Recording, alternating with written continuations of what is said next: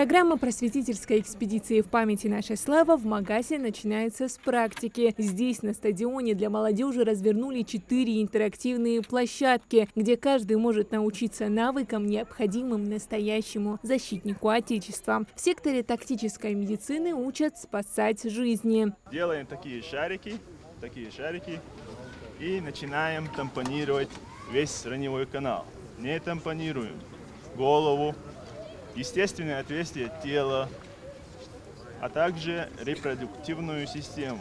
Вся площадка прикосновения к армейской реальности, отработка навыков, которые воспитывают дисциплину, собранность и уверенность в себе. Сейчас проводит сборка, разборка оружия АК-74.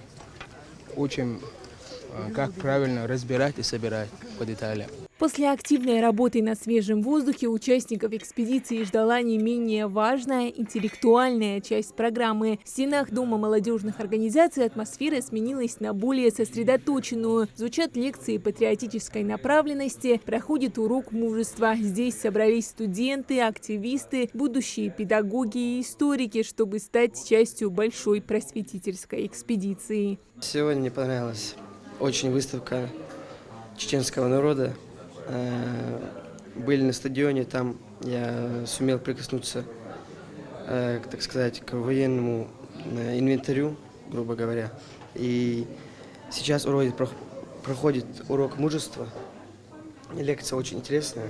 Военно-патриотическую экспедицию в памяти «Наша слава» реализует Чеченский государственный педагогический университет при поддержке Министерства просвещения России в рамках федерального проекта «Мы вместе» нацпроекта «Молодежь и дети». Объединив физическую подготовку и интеллектуальное, духовное развитие, экспедиция выполнила свою главную задачу. Не просто рассказала, а показала молодежи Ингушетии, что значит быть патриотом в самом полном смысле этого слова. Его суть заключается в том, чтобы сохранить историческое наследие, популяризировать его среди детей и молодежи.